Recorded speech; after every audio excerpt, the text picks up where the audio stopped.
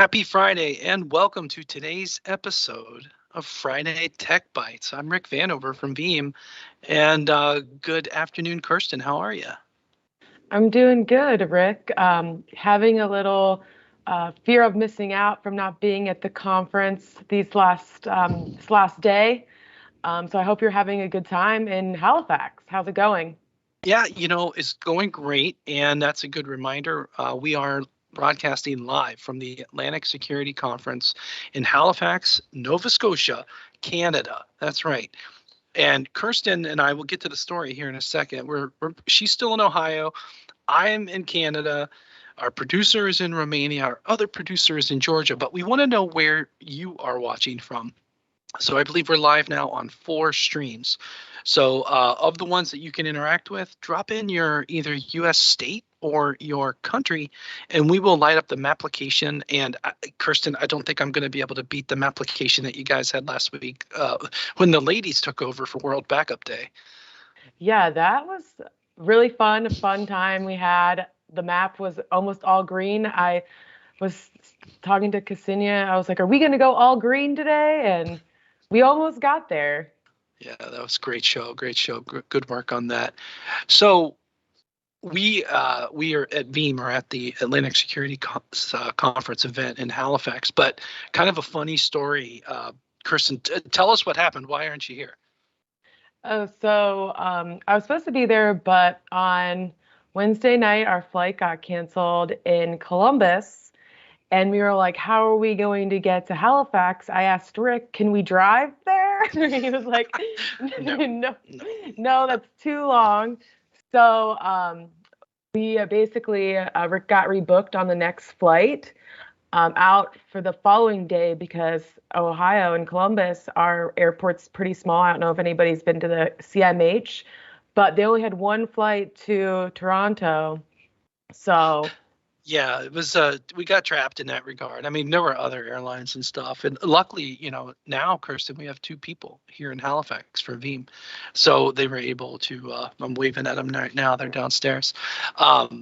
But they were able to kind of hold the ship down, so to speak. And maybe tonight I'll be standing on a Halifax pier. We'll see. oh, But make sure you take a picture of that Halifax pier. yeah, I will. It's a great part of the country for those of you in North America. If you guys haven't been to the Canadian Maritimes, you're missing out. It's a really interesting part of the country, or part of the continent, really. But yeah, so the way it ended up playing out is that I just decided to carry on and go because I had a speaking session, and that's kind of what I wanted to highlight from this session. So let's go ahead and pivot over to the slides. Believe it or not, I did prepare something. So Kirsten and I both are in the product strategy team, and ATL SecCon, that's the name of the event. They have a pretty cool logo. I think, Kirsten, even at your desk in the office, you still have one of the signs or the badges or something, right? Yeah, I do. And actually, I have my water cup here, but I have my Atlantic Security Conference mug. And I was like, oh, I should have, planned this Hmm. better so I could be, with my mug over here. They have a cool logo. Their logo is pretty Yeah. cool. This is good community. So those of you interested in IT security, I really, if you're anywhere reasonable to come, this is a great event. But a lot of people might ask, why would you talk about backups at this type of event? And I guess I should highlight, first of all, why did I pivot to this whole different PowerPoint? Is it livery or livery? I don't know, Kirsten. I think it's livery. Is it? Do you know the word? I've It's like, never been good with pronouncing words. I think it's livery. But anyways, I like the organ. Okay. Livery. Okay. Livery. Anyways, but the this event, I entered the public call for presentations, so it's not a quote unquote Veeam pitch. But what I did do, and that's whenever I go quote unquote rogue, when I go community and thought leading, I don't use the Veeam PowerPoint template, right? Because I want it to be very open. But you know, Kirsten, you've been to this event a few times as well. Why is backup relevant for the cybersecurity crowd? Well, because backup is protecting your data, and with being making sure your data is secure, you need to make sure that one of the factors is that it's available to those who need it and when you need it, right? That's part of the triad. And that's kind of where, Veeam can help you make sure that data is available. But also when you're setting up your security strategy, your cybersecurity strategy, you don't want to forget about your backups and that backup storage. You might think, oh yeah, our production data is safe, but then what if something happens to, that other side of your data center, right? Yeah, exactly. And all of the big established frameworks, the old school CIA triad, the new school NIST cybersecurity framework, the other schools CIS controls, they all have a provision for where backup sits. So the availability triad, interestingly, this version of the CIA triad has it as one. The protect and recover part of the NIST framework, those align to backup and recovery. And then the sys controls, number 13, data protection, right? So it's really prescribed to be, making up a word here, a natural adjacency to the different cybersecurity disciplines, right? And what we say here at Veeam is that secure backup is your last line of defense, right? So it's kind of like when everything else fails, Kirsten, wouldn't it be nice if we had a great backup? Yes, for sure. So while we're on this slide, and you've been at this event now, and I know you know a lot about cybersecurity. What's some of the advice that you would give somebody who, the latest advice in cybersecurity from your opinion, Ricatron? Well, I'm seeing a lot more focus on the cloud this year. And there's a couple of reasons why, Kirsten. Well, for one, this event was canceled in 2020. It was canceled in 2021. So it was very interesting to walk back into an established cybersec community with a 3-year, I don't want to say pause, but a 3-year bridge, a gap from their current best practices and the like, right? So I see a lot more cloud, and that also goes into what we talk about here at Veeam very well. So there was definite progression in that area. And you think about it year to year, not so much, but a 3-year data point, a 3-year like time bias, that was actually rather significant. That was my big observation. Yeah, that's a good point. Especially, yeah, I feel like since 2020, the cloud adoption has very much sped up. And that's a good point that you made, Rick, about that. Yeah. And one of the other kind of angles that I try to bring to this group to talk about the cybersecurity and the backups. Have you ever seen me give this analogy here, Kirsten? Have you ever heard this Yes, talk? yes, yes, I I will have. put you on the spot, but I know you've heard it. But let's see if it still resonates. So, by the way, every time we do a stream with Kirsten, she has to be ready for me to throw something on her. She's always on her A game, that's for sure. So I a lot of times I kind of start the conversation with backups in the context of, think of these people that are walking here and think of that as your production data.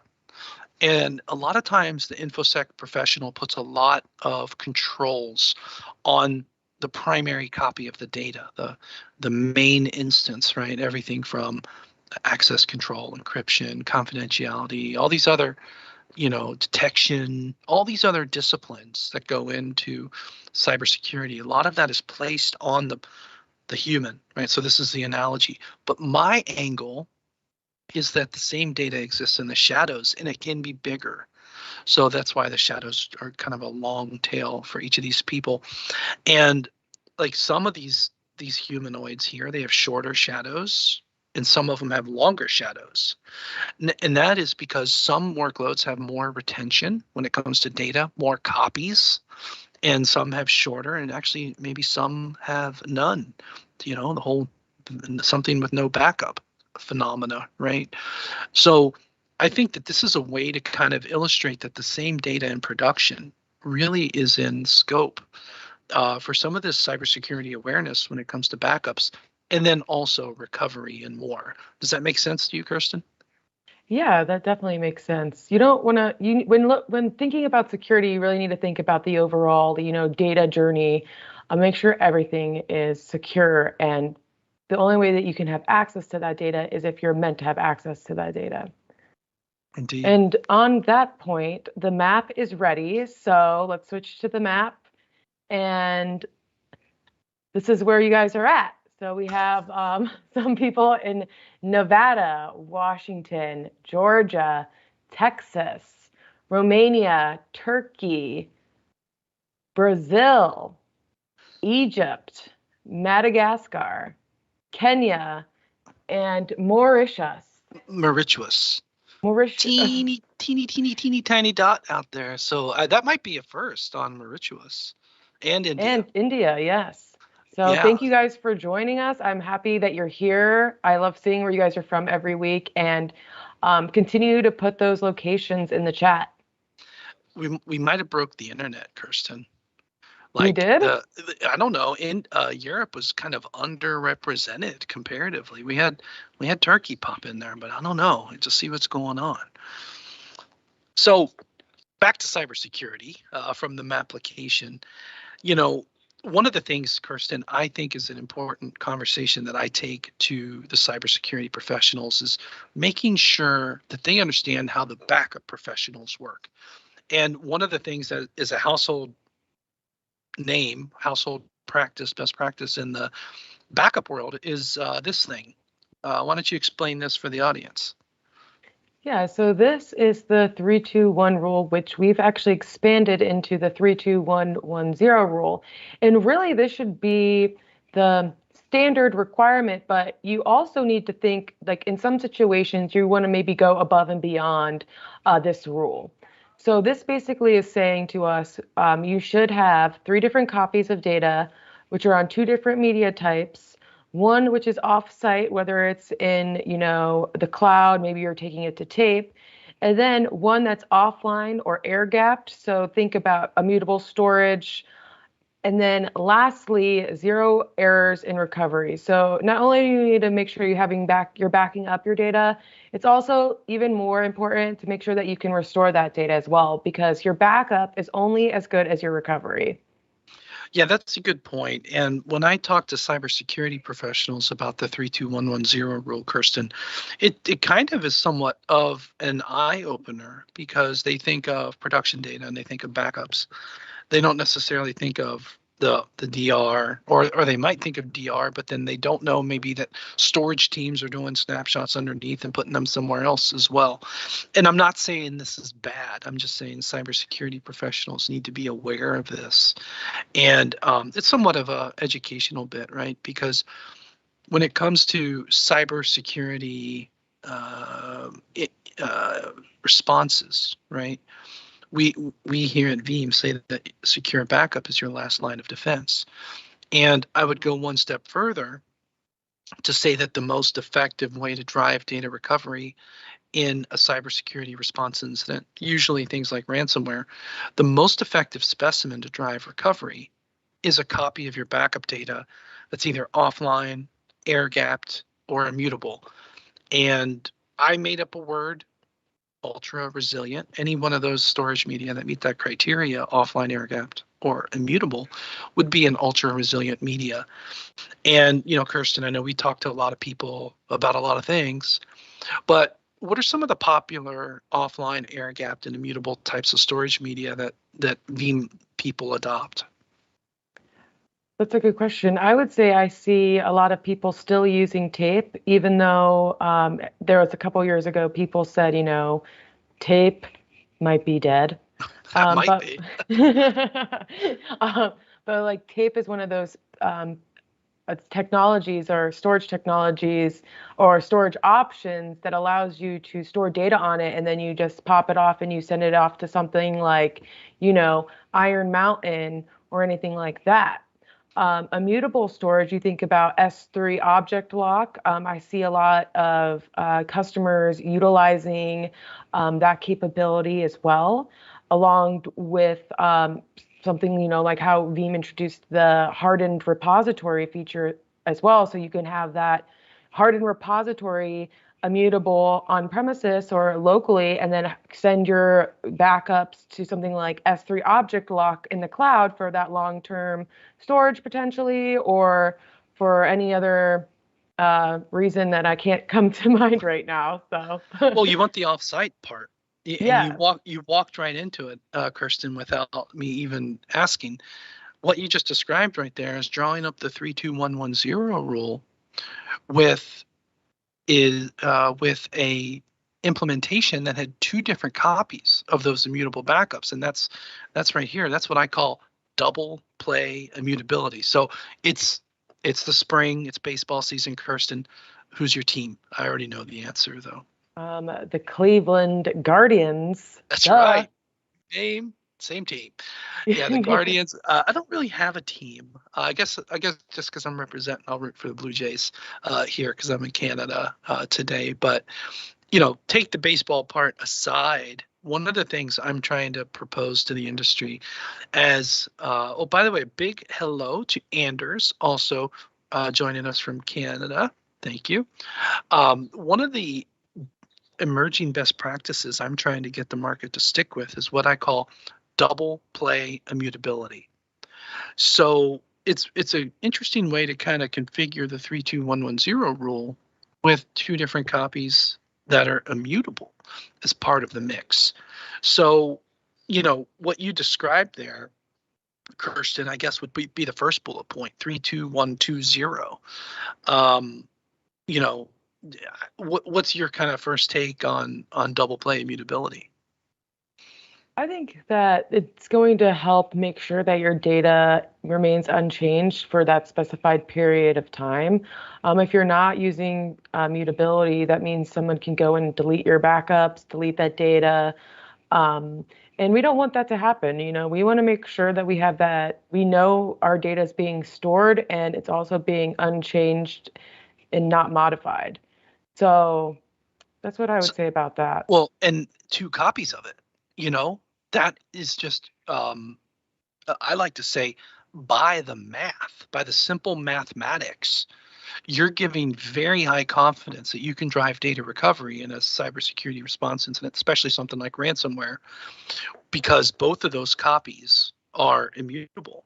And I'd go one step further, and I'd recommend that when you have these multiple copies, have them encrypted, especially something in the public cloud. If you're putting backup data into the public cloud, I'm recommending to people to encrypt those backups. Do you know that little expression I like to say in that regard, Kirsten? Have you heard me say that? No. No, it's just a one-liner, but I like to say encrypt your data in the cloud or someone else will do it for you. Oh, I don't think you've used that one for me yet. It's kind of new. I just kind of came up with it last night, but no, just teasing. But it's one of those things that I think these double play configurations, if you have immutable copies that are also encrypted with your own encryption control, like say a Veeam encryption password, again, you have a very high confidence of driving data recovery in that scenario. And there's so many ways to do it. The middle one does the same thing, but also sends it off to tape. And that's actually more of a 4-3-1-3-0 type of, actually it might be a 4-3-2-4, whatever. It's just very resilient when you have additional copies. So, whatever the pieces and parts you have, how do you want to build that? So that's good stuff. Yeah. So before we move on, let's go back to the map real quick. Oh, well, is it ready? Oh, it is ready. Yeah, okay. It's ready. Let's say hello to our friends. We have another in Canada. We have some people joining us in Florida, New York, Massachusetts. If we switch down to South America, we have Argentina. And then we have some more people joining us from Egypt. And then we also have Iran with us today. So thank you for joining. I think we broke Europe. I'm totally sure. It must be a special Friday in Europe or something that we don't know about. Potentially. But no, thank you all for watching. We love lighting this up, and we're kind of running out of places in the world to get new viewerships from, but Mauritius was a nice one. So thank you all for that. Oh, you know what we should get, Kirsten? We got to get Antarctica. We got to get it. It's got to be a goal, because I know Veeam is running, by the way, in Antarctica. So wow. Literally, it's on all continents, but there is data protected in some of the, I can't disclose the client, but it's in Antarctica, so that's good stuff. Awesome. So, Kirsten, we're busy. We got the weekend coming up, but what's this other thing that's kind of happening up? VeeamON 2022. We're getting ready here at Veeam for VeeamON 2022. This is Veeam's customer and partner event. If you haven't registered, be sure to register now. And you have a limited time. You can get $400 off registration price for the in-person portion until April 12th. So you have, a couple more days here. But we also will have a virtual as well available for you, and that will be offered for free. You can access it from anywhere, but we would love to see you in person. I know I love talking to our customers and seeing all your beautiful faces at VeeamON. So make sure you come out to Vegas and check it out. Yeah, so I know we did a different VeeamON preview episode, but a couple other things. I mean, we've got it's actually more than 65 sessions at this point. I don't know if they'll update that, but we've got a full gamut of sessions and breakout content. I know, Kirsten, I put you on the hook for a lot this year, so I appreciate you in that regard. Some VeeamON stuff, some Orchestrator stuff. Any other stuff you're working on for the event? Top secret stuff, duh. Top secret stuff, including actually, I'll let everyone know in a vague way, but we have something really special planned for Kirsten and what we're going to be doing, and everybody will see it. So I'll just leave it at that. Yeah, you just go on over to veeamon.com, and Hemant asks about, please provide us Trading Academy. Oh, good one, Hemant. If you go to your favorite search engine and just search for Veeam University, I'll just do it right here. If you go to Veeam University, you can get free on-demand training.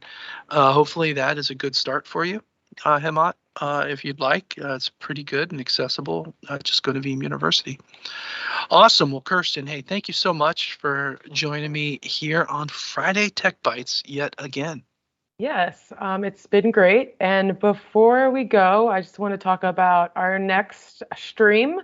Will be on Monday, April 11th. It'll be our Industry Insights series.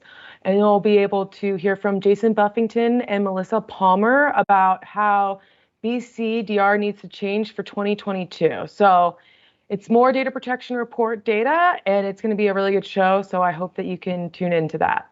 Yeah, we're not going to have a show a week from today. For one, I'll be flying, but two, we've got a holiday, and so we'll amp up the schedule after that. And so, yeah, looking forward to some great content. And big thanks to our producers, Mark in Atlanta, and another big thanks to our other producer, Katie in EMEA in Romania. So thank you so much again, Kirsten. Always a pleasure. Too bad you couldn't join us out here in Halifax this week. Yes. I hope you have a good night. I heard that, you're going to do some axe throwing later. Yeah, well, I have to be careful. I thought the backup people knew how to party. Okay. The security people know how to party. I mean, I got to be careful. I got a rule. Nothing good happens after 10 p.m. But they've got axe throwing, and I got to be a good boy. But I should do fine in that regard. But thank you, Kirsten. Thank you, everyone, for watching. That concludes our stream, and have a great weekend.